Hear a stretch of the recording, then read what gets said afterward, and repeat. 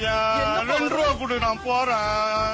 2 ரூபா கொடு நான் போறேன். 2 ரூபா கொடு நான் போறேன். 2 ரூபா கொடு நான் போறேன். 2 ரூபா கொடு நான் போறேன். 2 ரூபா கொடு நான் போறேன். 2 ரூபா. நான் சொல்லவே இல்லை. 1000 ரூபா தான் ஆபீஸ்க்கு 10,000 ரூபா தான் சொன்னேன்.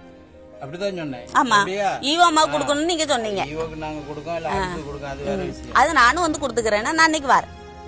நான் வர கொடுக்க வேண்டிய அவசியம் இல்லங்க. இல்ல பஞ்சாயத்து புள்ள வந்து நான் ஈவோ அம்மாட்ட பேசிட்டு கொடுத்துக்கிறேன். பஞ்சாயத்து போர்டு போடான்னு நெறி கொடுங்க.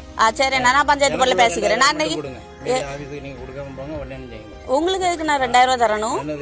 அவன் கவுன்சிலருக்கு சும்மா கவுன்சிலர் உங்களுக்கு சம்பளம் வருதுல்லண்ணா? சம்பளம்னா ஒண்ணு கிடையாது. சம்பளம் கிடையாது. அப்ப நீங்க இப்படி யாருக்கா வர்றதுல எடுத்துக்கிறீங்களா? இப்ப அந்த ஈவோ அம்மாவுக்கு தானே கொடுக்கணும். அந்த அம்மா நம்பர் நான் போட்டு பேசிக்கிறேன்.